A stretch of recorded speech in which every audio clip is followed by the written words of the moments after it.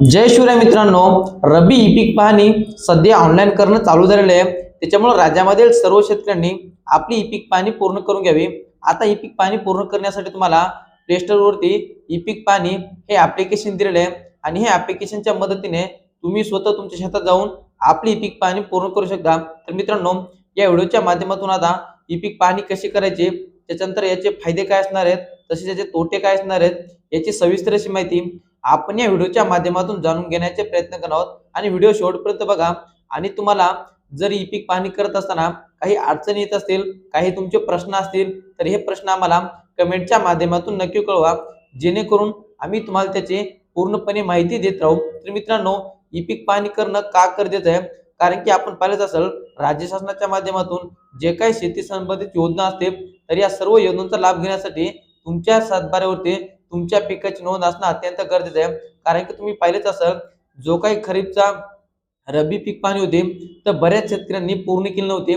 तर अशा सर्व शेतकऱ्यांना ज्यावेळेस ते शेतकरी हमीभाव केंद्रावरती आपलं जर पीक विकत असतील, तर त्यांना मोठ्या प्रमाणामध्ये अडचण येत होत्या।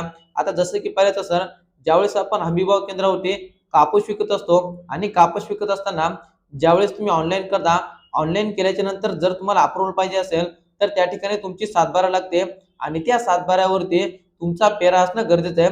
जर एखाद्या व्यक्तीला कापूस विकायचा असेल, तर त्या व्यक्तीच्या नावावरती सातबाऱ्यावरती आपला पेरा लावणं गरजेचं होता।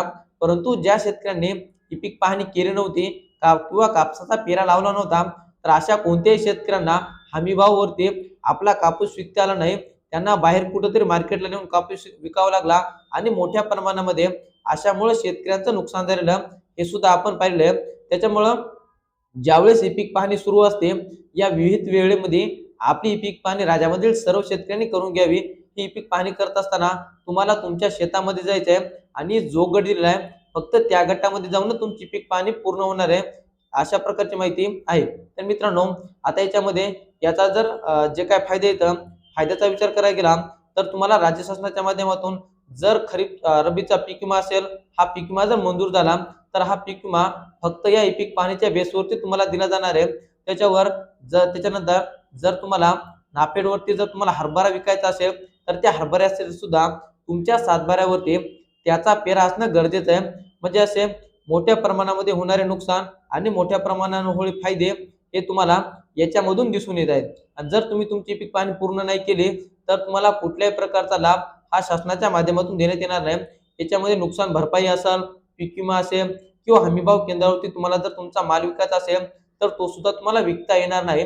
त्याच्यामुळे सर्व शेतकऱ्यांनी आपली ई पीक पाहणी पूर्ण करून घ्या। ई पीक पाहणीची शेवटची तारीख असणार आहे 15 जानेवारी।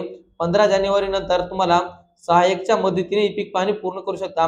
जेवढं होईल शक्य तुम्ही स्वतः तुमच्या मोबाईलवरती आपला ई पीक पाहणी करून घ्या। याच्यामध्ये गहू, हरभरा व ज्वारी या मुख्य पिकांचा समावेश असणार आहे। तर मित्रांनो, ही होती महत्त्वपूर्ण माहिती, जे की रब्बी पीक पाहणी कशी करायची, याचे फायदे काय, ही सविस्तर अशी माहिती आपण या व्हिडिओच्या माध्यमातून जाणून घेण्याचे प्रयत्न केलेत। आता ई पीक पाहणी करत असताना तुमचे कोणतेही प्रश्न असतील किंवा तुम्हाला कोणत्या अडचणी असतील, तर या सर्व अडचणी आम्हाला कमेंटच्या माध्यमातून नक्की कळवा। आम्ही त्याची पूर्णपणे तुम्हाला माहिती देत राहू। चला तर मित्रांनो, भेटत राहू अशाच प्रकारच्या सर्व नवीन माहितीसह आणि नवीन व्हिडिओसह। धन्यवाद।